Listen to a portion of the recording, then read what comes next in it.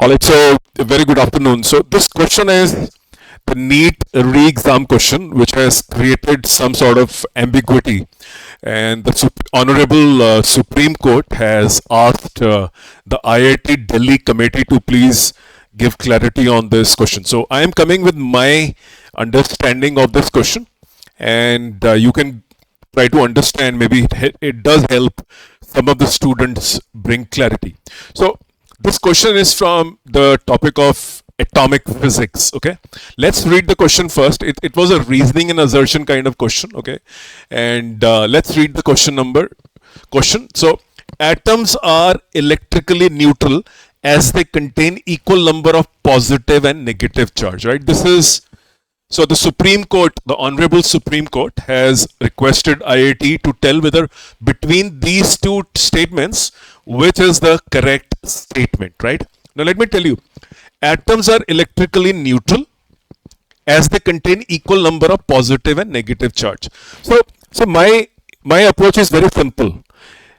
You have electrons and protons, right?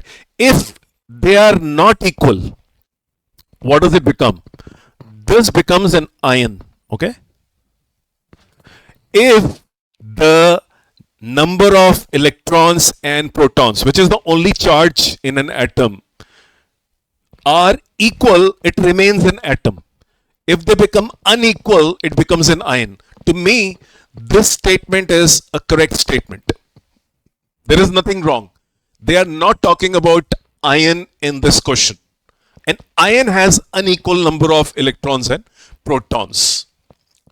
Second statement, okay?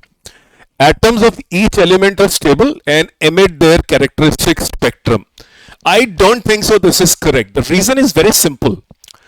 The atoms of each element, so they mean that if you go to the periodic table and you start studying the periodic table, are there not radioactive elements? The radioactive elements have unstable nucleus, which means an unstable atom. So are all the elements stable? No. Some elements are unstable because their nucleus has large number of protons or large number of neutrons, making them radioactive, and therefore they're unstable. Now what they emit is an alpha particle, right? What they emit is a beta particle, right? So all the stuff that is coming out of an unstable nucleus, to me, is radiation, right? The confusion is it talks about a characteristic spectrum. Remember, if you remember, so one is radiation. To me, this statement, atoms of each element are stable itself, is wrong.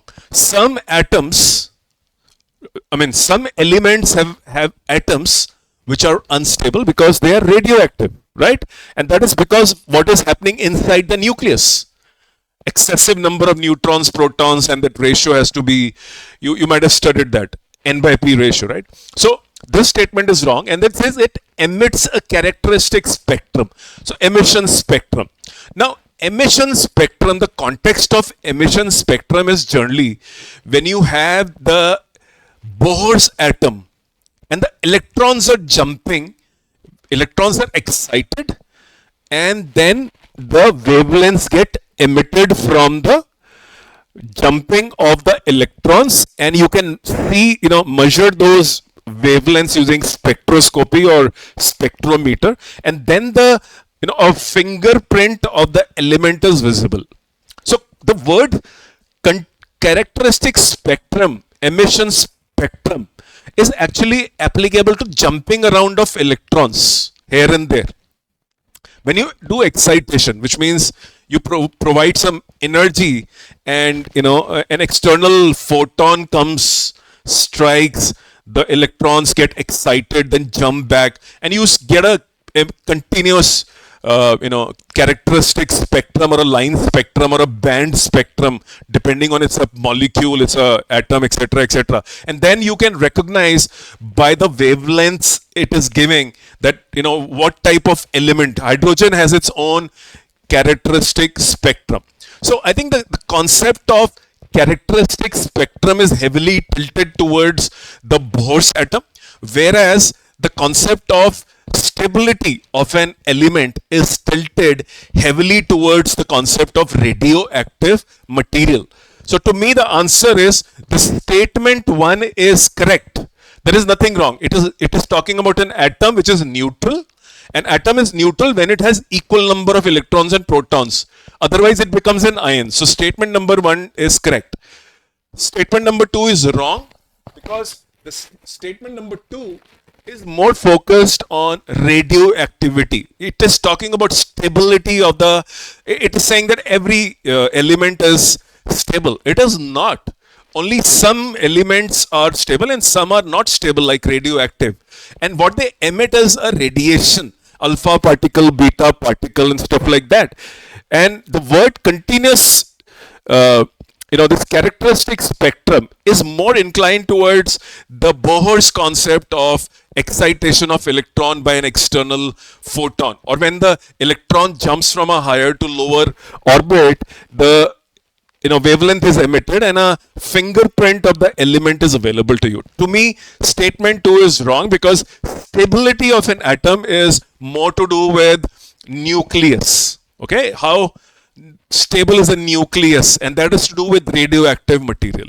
So I hope I have cleared my stand, and this will help a lot of students and a lot of parents in being able to argue successfully. And I'm sure IIT Delhi will not come with a different answer. The language is difficult, language is a bit ambiguous, but if you read it carefully, the statement number 2 comes across as a completely wrong statement. It talks about emission spectrum and also about, the stability of an atom. Both are not linked to each other. So one is about electron orbiting, the other is about, the stability of an atom, which is more to do with what is happening inside the nucleus and emission of radioactive material. So I hope this helped you get some perspective and understand the situation. So let's see what is the verdict of IIT Delhi. I have given my 2 cents and my best wishes to the students. I hope both the parties win, everybody gets the marks, but that may not be true. It depends on what is decided by IIT Delhi and Honorable Supreme Court. So thank you very much for your time today, and wait for my next video.